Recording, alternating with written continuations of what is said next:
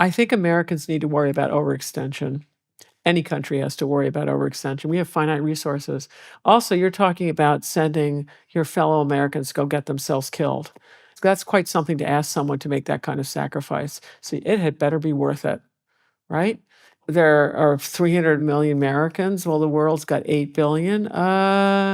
Be cautious. And it's what's key on this maritime order, the big insurance policy of it all, is our allies and institutions. This is the great gift of the greatest generation of having created the UN, which is how many millions of lives have been saved from polio vaccines and other things that come through the UN. Do not dismiss these organizations. They've done a lot. Or the EU.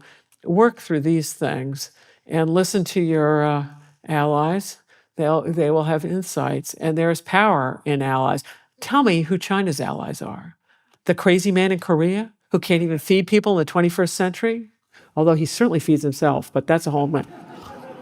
Yeah, I mean, it's incredible. Who are China's friends? I mean, Iran, a theocracy. I mean, talk about passé. Who does theocracies anymore? Okay, the Iranians. Okay, good on them.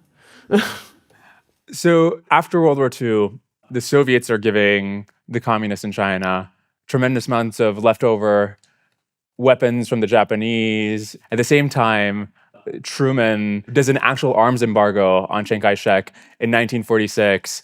The Marshall Plan for Europe is $13 billion to help build up defenses against communist appeal. At the same time, Truman has to be forced in 1948 by Congress to give a couple $100 million to China, literally 1/100th of what was given to Europe. And by that time, it's too late for Chiang Kai-shek. If you just look at that record, it just seems like we've abysmally messed up after World War II and helping the nationalists stay in power, right? Do not exaggerate the capabilities of any one country for openers.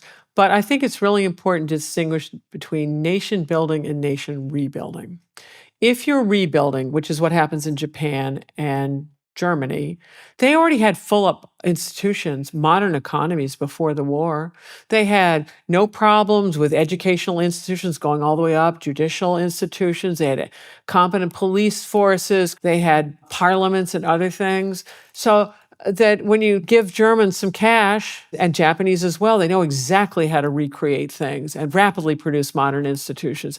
You're talking about China. They never had these institutions. There is no indigenous expertise. Oh, and by the way, what's the literacy rate in China compared to Japan?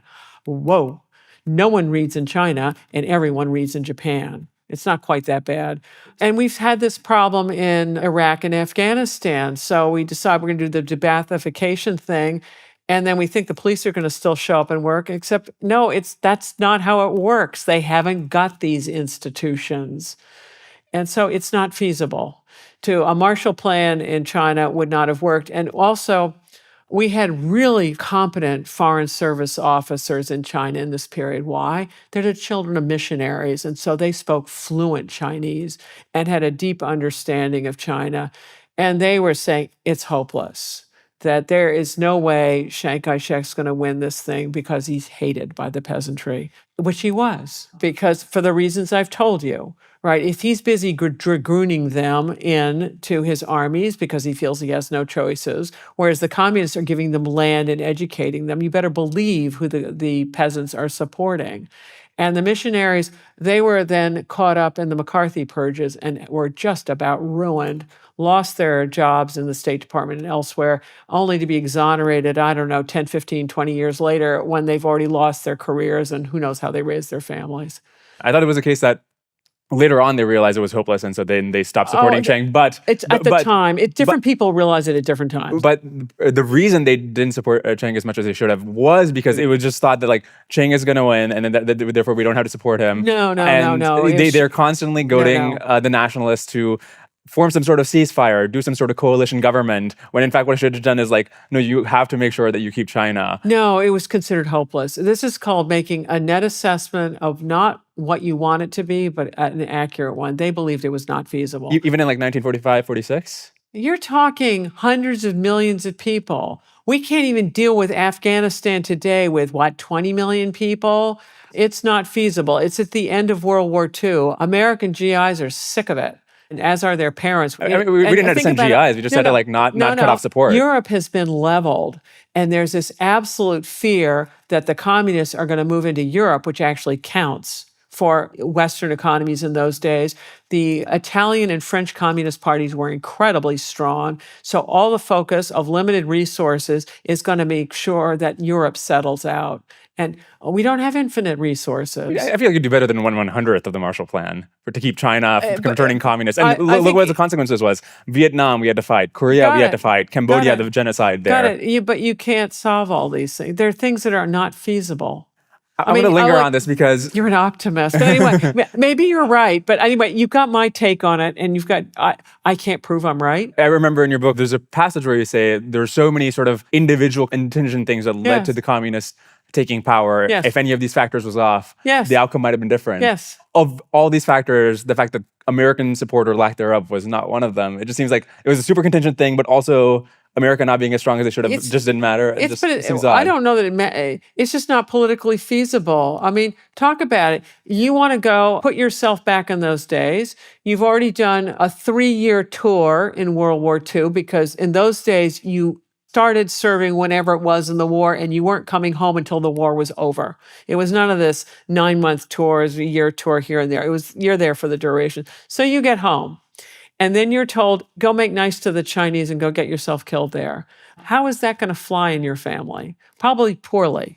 I mean, again, you don't have to send the GIs there. You can just not do an arms embargo on them. I think it was so minor. By then, it's too late. The great question is, some people would argue that in 1946, when Marshall tells Chiang Kai-shek to halt his advance. This is when he's doing quite well. And when I mentioned that the terminal point of retreat for the communists was up in Siping, Manchuria, some would argue that Marshall should never have done that.